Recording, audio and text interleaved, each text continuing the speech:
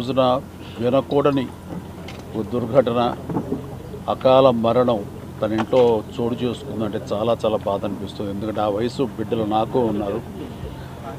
అలాంటి బిడ్డ అనుకోని విధంగా ఈ రోజున కాలం చెందడం అన్నది చాలా మనస్తాపానికి గురయ్యాను.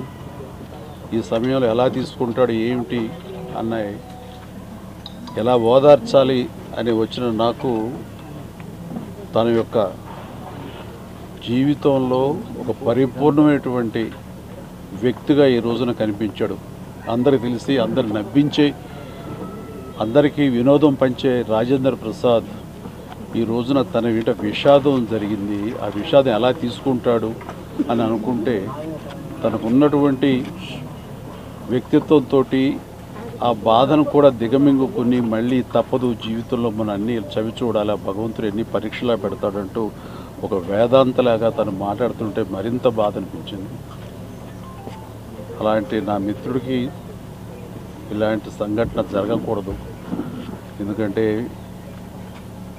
చిన్నవాళ్ళు పెద్దవాళ్ళు ఏమవుతారు ఏంటి అంటూ ఆ వయసుకు సంబంధించి మరణం దగ్గర అవుతున్న కొద్దీ వాళ్ళు బాధపడతారు. అలాంటిది బిడ్డలు ఇంకా ఎదుగుదల ఉంది, వయసు సగం కూడా కాలేదు జీవితకాలంలో, వాళ్ళు అలా కనుమరుగైపోతారనేది తట్టుకోవడం చాలా కష్టం. అలాంటి పరిస్థితి రోజున నా మిత్రుడికి, ఆ కుటుంబానికి కలిగినందుకు చాలా చాలా బాధ అనిపిస్తుంది.